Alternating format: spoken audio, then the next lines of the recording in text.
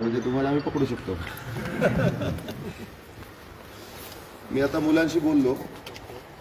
आता तुम्ही अचानक सांगताय की हे आम्ही बंद करतोय आणि तुम्ही तळोजाला जा.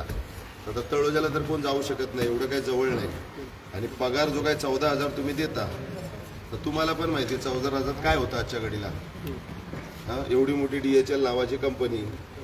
आता झाडू मारणाऱ्या लोकांना सेंट्रल वेजेसच्या हिशोबाने 18,000 पगार हातात येतो आणि स्टेट वेजेसवाल्यांना 12,000 हातात येतो. ही तर त्याच्यापेक्षा अजून थोडीशी शिकलेली, थोडी नीट पोर आहेत ना एकदम, तर पगार एवढा कमी आहे, नाव एवढं मोठं DHL. तर आता तुमचं प्रपोजल सांगा, मग आम्ही आमचं प्रपोजल बोलतो. आमचं असं प्रपोजल आहे की एकतर आधीच आम्ही जेव्हा ही बिझनेस जाणार होतो आणि क्लिअरली मुलांना पण सांगितलं की असं असं होणार आहे. मग त्याच्यासाठी आम्ही एक कर्मचाऱ्याकडे एक मत पण घेतो की किती लोक तुम्ही येणार आहात तिकडे जाऊ शकतो का. त्याच्यातलं आमच्या किती 70 लोक तुम्ही त्यांनी सांगितलं 70 काय नाव होतं आम्ही तयार झालो की तिकडे जाणार. मग त्याच्यासाठी आम्ही बसची काय सोय वगैरे जे काय ते केलं. आता सध्याचं असं झालं की त्या 70मध्ये कोणीच अग्री झालं.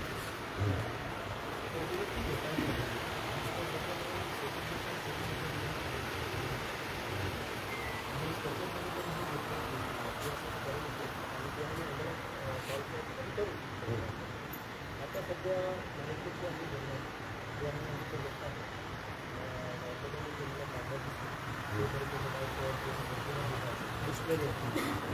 असं काय केस आहे नव्हतं आणि याला मी सपोर्ट करेन. जे काही लोकांनी पूर्ण केलं आणि कुठेपर्यंत ॲडजस्ट करू. कसं करणार? गव्हर्नमेंटला सपोर्ट करून एक मिनिट तुमचं DHLचं वेअरहाऊस तर इथून पूर्ण जाते. हां, वेंडरचं तुमचं काम नसणार, वेंडरची दुसऱ्या ठिकाणी कॉन्ट्रॅक्ट असणार, तिकडे ॲडजस्ट करू बोलताय ना. तिकडे पण आणि इकडे पण जे इकडे तुमच्या कंपनीचं बोला तुम्ही. आमच्या कंपनी वेंडरला सांगून ॲडजस्ट करू, ते तिकडे जातील त्या दिवशी, ते तिकडे नवीन असतील. तिकडचा पगार, तिकडची मॅनेजमेंट वेगळी, ती आम्हाला परवडलं तर आमचं आम्ही बघू. तुमचं काय करताय ते बोला. आता ह्यांचा निर्णय काय घेणार? त्यांचं आम्ही जेवढं आम्ही ॲडजस्ट करू शकतो. म्हणजे आमचं असं आहे की त्याला एक आम्ही विचारलं की त्याला कोणी जाऊ शकतो. नाही झालं. ठीक आहे, मग त्याचं ठीक आहे. मग त्याच्यावरती जे आम्ही आम्हाला थोडासा टाईम देतो की आम्ही झाला तिकडे कुठे कुठे ॲडजस्ट करू शकतो. इथे काय म्हणजे काय इथे तुमचं तर काय कुठे कुठे येतं साहेब? किती जवळ आहे तुम्हाला ते? कुठला ॲड्रेस सांगा, लोकेशन यांना सांगा, मुलांना कळू. MCF DG आहे तुम्हाला माहिती आहे बरोबर. MCF 4 आहे आमचं. अरे एकाने बोला.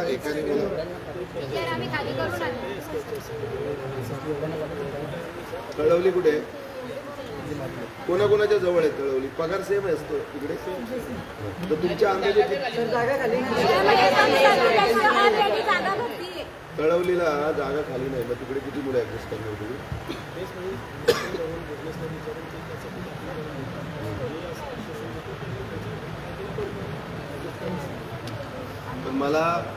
मला ऐका, आमचं प्रपोजल आहे ते तुम्हाला सांगतो.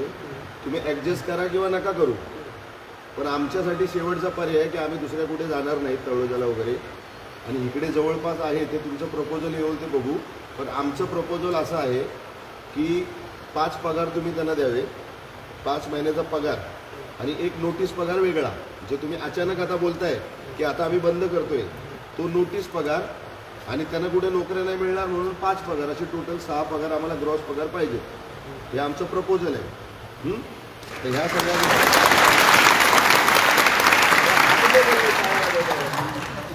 हा बोललेच का ते टाळ्या वाजवताय? त्यांना आपण सांगितलं 5 पगार त्यांना 150 करून द्यायचा आणि एक नोटीस पगार. मी कॉन्ट्रॅक्टरला काहीच बोलणार नाही, कारण का मला माहिती आहे कॉन्ट्रॅक्टरची अडचण काय असते. ते फक्त तुमच्या आणि कंपनीचा मधला एक दुवा असतात.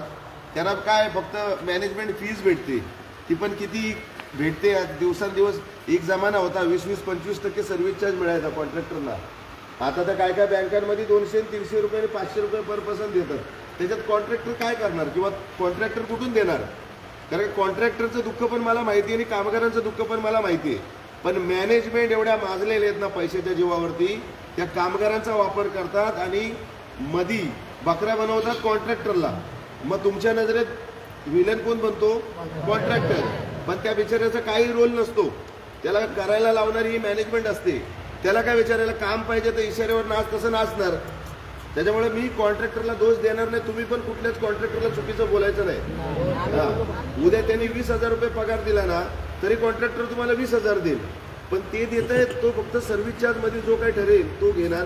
पण त्याच्यामध्ये महिनाभर तुमचं सगळं मॅनपॉवर पुरवणं, तुमचं महिनाभराचं PF BSIC सगळ्या कंप्लायन्स सांभाळणं, पहिला खिशातला पगार टाकणं, मग बिलिंग करून यांच्याकडनं घेणं, असे सगळे कॉन्ट्रॅक्टरचे दुःख काय ते मला माहिती आहेत.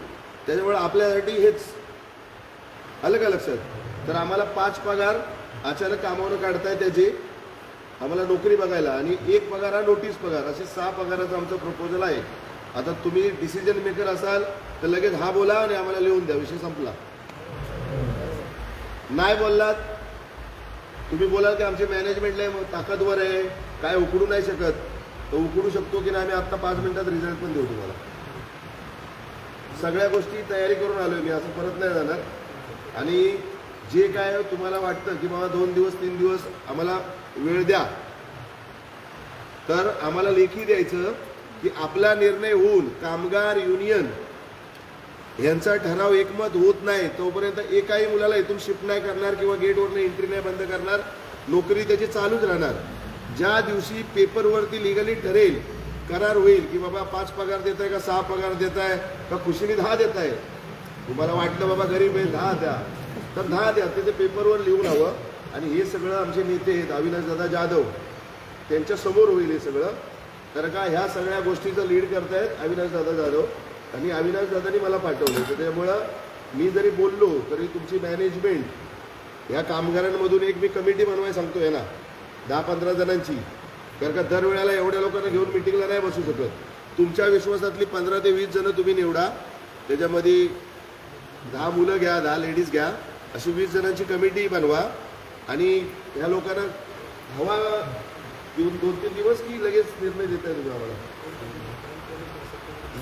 हा ठीक आहे, बरोबर की नाही? तोपर्यंत नियम आहे 2-3 दिवस काय घेते, 2-3 दिवस काम पण बंद राहील.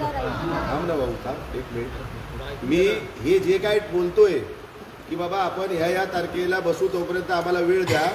तोपर्यंत कुठल्याही कामगाराला आम्ही गेटवरची एंट्री नाही बंद करणार, किंवा आपलं ठरत नाही तोपर्यंत हे इथलं कामही बंद नाही होणार, इथलं सामान्य शिफ्टिंग नाही होणार, असं त्यांनी लेखी द्यावं.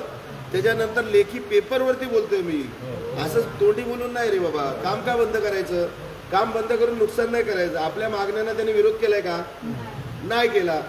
तुम्ही मला तुमच्या लेटरवरती अविनाशदादा जाधव मी आहे आणि वरती साहेबांचं, राजसाहेबांचं आणि अमित साहेबांचं नाव टाका, आणि आमच्या पक्षाला एक पत्र द्या की बाबा हे जे तुमचे सभासद आहेत तर ह्याच्यावर चर्चा करण्यासाठी आम्हाला 3 दिवस द्या, आणि आपण ह्या तारखेला काय तो फायनल निर्णय घेऊ. आपला निर्णय होत नाही तोपर्यंत एकाही मुलाला कामावरनं काढणार नाही किंवा एंट्री बंद करणार नाही, किंवा हे इकडून शिफ्ट करून सामान घेऊन जाण्याचा पण निर्णय आम्ही घेणार नाही, असं आम्हाला लेखी हवं आहे. तुमच्याकडे जास्त तर काय मागत नाही, तेवढं तर तुम्हाला द्यावंच लागेल.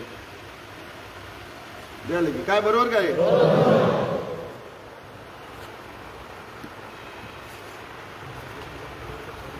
कशासाठी?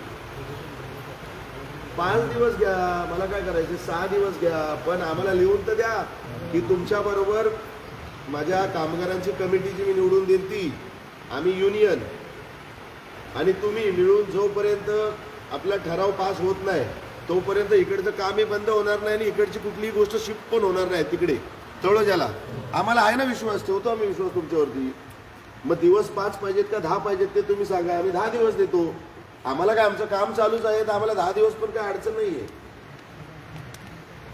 पण एक सांगतो, आता हा बोलून उद्या इकडे तिकडे नेत्यांना फोन फिरवाल, ओळखी काढणार,